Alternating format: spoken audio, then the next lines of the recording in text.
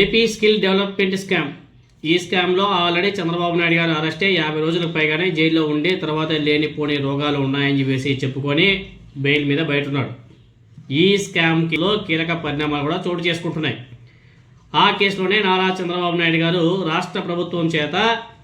రాష్ట్ర ప్రభుత్వానికి సంబంధించిన ఏపీసీఐడి చేత ఈ కేసులో ఏమీ లేదని చెప్పేసి ఆ కేసును కొట్టించుకునే వ్యవహారం కూడా మొదలుపెట్టాడు. రాష్ట్ర ప్రభుత్వం అంటే తెలుగుదేశం పార్టీ ప్రభుత్వం నారా చంద్రబాబు నాయుడు గారి మీద ఉన్నటువంటి కేసుల్ని మాఫీ చేసుకునే క్రమంలో ఆయన ముందుకు వెళ్తున్నాడే కానీ కేంద్ర ప్రభుత్వం మాత్రం ఆ స్కామ్ను మాత్రం వదలలేదు. సీరియస్గా దృష్టి పెట్టింది కేంద్ర ప్రభుత్వం.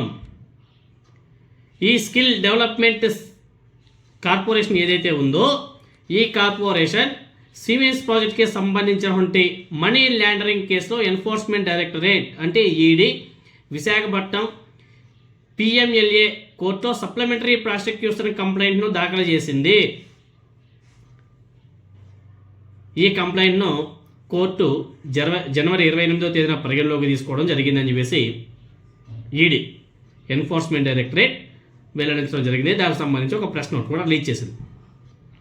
ఈ సప్లిమెంటరీ ప్రాసిక్యూషన్ కంప్లైంట్లో design tech systems private limited ఆ సంస్థ మేనేజింగ్ డైరెక్టర్ ఎవరైతే ఉన్నారో వికాస్ వినాయక్, తర్వాత Siemens industry software India private limited మాజీ మేనేజింగ్ డైరెక్టర్ శేఖర్ బోస్, ఆయన్ని సుమన్ బోస్ కూడా అంటారంట, తర్వాత ఆయన సన్నిహితులు అగర్వాల్, సురేష్ గోయల్, వీళ్ళందరినీ నిందితులుగా చేర్చడం జరిగింది. ఇదే కేసులో 52 రోజుల పాటు చంద్రబాబు నాయుడు గారు జైలు జీవితం అనుభవించే విషయం మనకు అందరికీ కూడా తెలిసింది. అసలు చంద్రబాబు నాయుడు గారిని జైలుకు పంపించే మగాడు ఈ దేశంలో ఉన్నాడా అని చెప్పేసి తెలుగుదేశం పార్టీ నాయకులు ఆనాడు ఏదేదో మొరిగారు. కానీ జగన్మోహన్ రెడ్డి గారు మాత్రం తన మగాడని చెప్పేసి నిరూపించే చంద్రబాబు నాయుడు గారిని 52 రోజుల పాటు జైల్లో పెట్టించారు. ఏపీసీఐడి నమోదు చేసినటువంటి ఎఫ్ఐఆర్ ఆధారంగా ఈ కేసులో దర్యాప్తు చేపట్టామని చెప్పేసి ఈడీ చెప్పింది. ఆ దర్యాప్తులోనే భాగంగా డిటిఎస్పిఎల్ అదేవిధంగా సిమెన్స్ అనుబంధ వ్యక్తులు ఎవరైతే ఉన్నారో వాళ్ళందరూ కూడా కలిసి షెల్ కంపెనీలను ఏర్పాటు చేసి మల్టీ లేయర్ ట్రాన్సాక్షన్ల ద్వారా ఏపీ ప్రభుత్వ నిధుల్లో పక్కదారి పట్టించినట్లు ఈడీ చెప్పింది. ఈడీనే గుర్తించిందంటే ఇంకా అది వ్యవహారం ఎంతవరకు వెళ్ళిందో మీరందరూ కూడా ఆలోచన చేసుకోవచ్చు. పరికరాలు అదేవిధంగా సేవలు సరఫరా చేసినట్టు చూపుతూ నకిలీ ఇన్వాయిస్లు అంటే బోగస్ బిల్లు సృష్టించి నిధులను మళ్లించారని చెప్పేసి ఈడీ పేర్కొంది. సిఐడి అధికారులు కాదు, ఈడీనే పేర్కొంది. అలాగే ఎంట్రీ ప్రొవైడర్ల సేవను వినియోగించి వారికి కమిషన్లు చెల్లిస్తూ భారీ స్థాయిలో మనీ లాండరింగ్ కూడా పాల్పడ్డారంట. ఇది కూడా ఈడీనే చెప్పింది. సో ఈ కేసులో దర్యాప్తు సందర్భంగా 2023 మార్చి 4న డిటిఎస్పిఎల్ ఎండి వికాస్, సుమన్ బోస్, అదేవిధంగా ముకుల్ చంద్ర అగర్వాల్, సురేష్ గోయల్ని ఆనాడు ఈడీ అరెస్ట్ కూడా చేసింది. తర్వాత 2023 ఏప్రిల్లో డిటిఎస్పిఎల్ పేరిట ఉన్నటువంటి 31 కోట్ల విలువైన ఫిక్స్డ్ డిపాజిట్లను కూడా ఈడీ అటాచ్మెంట్ కూడా చేసింది. మీకు అందరూ కూడా తెలిసిందే ఇవన్నీ కూడా. కానీ ఇప్పుడు చెప్పుకోవాల్సిన అవసరం కూడా ఉంది, ఎందుకంటే మళ్ళీ ఈడీ యాక్టివ్ అయింది. అలాగే 2023 మే నెలలో విశాఖపట్నం పిఎంఎల్ఏ కోర్టులో ప్రాసిక్యూషన్ కంప్లైంట్ను ఈడీ దాఖలు చేసిన సంగతి కూడా మనం ఒకసారి గుర్తు చేసుకోవాలి.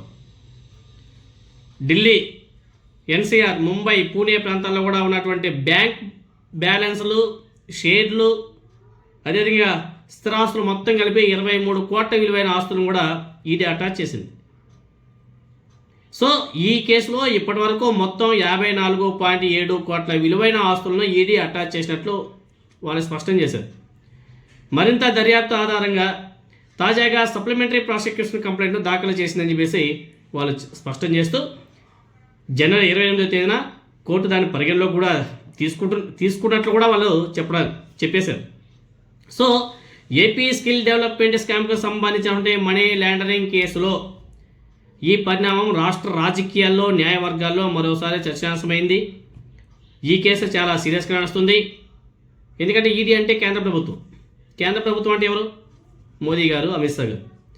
చంద్రబాబు నాయుడు గారి మీద వీళ్ళకి ఎప్పుడో నమ్మకం లేదు. ఎందుకంటే ఆయన రాజకీయం తెలుసు, ఆయన చేసినటువంటి వ్యవహారాలు కూడా బాగా తెలుసు. 2014 నుంచి 2019 మధ్య కాలంలో ఏ విధంగా మోదీ గారిని తిట్టారో, అమిత్ షా గారి కాన్వాయ్ మీద రాళ్ళు వేయించారో అవన్నీ కూడా వాళ్ళు మైండ్లో పెట్టుకుంటారు. అంత ఆషామాషగా మర్చిపోరు. ఆంధ్రప్రదేశ్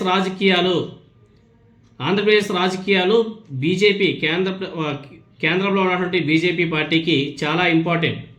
అటు జగన్మోహన్ రెడ్డి గారిని వదులుకోరు, ఇటు చంద్రబాబు నాయుడు గారిని వదులుకోరు. అట్లా అని చెప్పేసి చంద్రబాబు నాయుడు గారికి ఫుల్గా వాళ్ళ చేతుల్లో ఏమీ పెట్టరు. చంద్రబాబు నాయుడు గారిని వాళ్ళ చేతుల్లో పెట్టుకొని గిరగిరా అని తిప్పుతూ ఉంటారు. ఎందుకంటే చంద్రబాబు నాయుడు గారు ఎక్కడైనా సరే తోక తిప్పితే ఎందుకంటే ఆయనకు అలవాటే. ఈరోజు బీజేపీతో ఉంటాడు, రేపు అవకాశం ఉంటే కాంగ్రెస్తో కూడా కలిసిపోతాడు, లేకపోతే మూడో పార్టీ అంటారు, థర్డ్ ఫ్రంట్ అంటారు, ఇంకోటి అంటారు. కాబట్టి చంద్రబాబు నాయుడు గారిని వీళ్ళ చేతుల్లో పెట్టుకొని గిరగిరా అని తిప్పుతున్నారు. అందుకే ఈ కేసు ఇప్పుడల్లా మాఫీ కాదు, ఎటువంటి డోకానేలే. ఇది ముందు ఇంకా చాలా సీరియస్గా ఉంటుంది. దరిద్రం చుట్టుకొని నెక్స్ట్ మళ్ళీ వైసీపీ అధికారంలో వచ్చిందంటే చంద్రబాబు నాయుడు గారు, నారా లోకేష్ గారు కంపల్సరీగా 100% మళ్ళీ ఇదే కేసుకి సంబంధించి స్కిల్ డెవలప్మెంట్ స్కామ్కి సంబంధించి వీళ్ళు జైలు పాలైనా ఆశ్చర్యపోవాల్సిన విషయం లేదు. ఎందుకంటే జాడ శ్రవణ్ కుమార్ గారు కూడా చాలాసార్లు చెప్పారు, అధికార మార్పిడి జరిగితే ఫస్ట్ బొక్కలోకి వెళ్ళేది చంద్రబాబు నాయుడు గారు, నారా లోకేష్ గారే. వాళ్ళ మీద ఉన్నటువంటి 2014 సంబంధించి 2014 నుంచి 2019 సంబంధించిన కేసుల్లోనే అనేక ఇబ్బందులకు గురవుతారు. తర్వాత ఈ పీరియడ్లో ఈ 2024 నుంచి 2029 మధ్యకాలంలో కూడా చాలా కేసులు వాళ్ళ మీద నమోదవుతాయి. వాళ్ళు చాలా సీరియస్గా కూడా వాళ్ళ మీద కఠిన చర్యలు కూడా ఉంటాయని చెప్పేసి జాడా శ్రవణ్ కుమార్ గారు కూడా చెప్పడం జరిగింది. సో వాళ్ళకైతే ముందు సినిమా అయితే గట్టిగానే ఉంటుందని చెప్పేసి ఈడీ వాళ్ళు చెప్తున్నారు, మనం కాదు.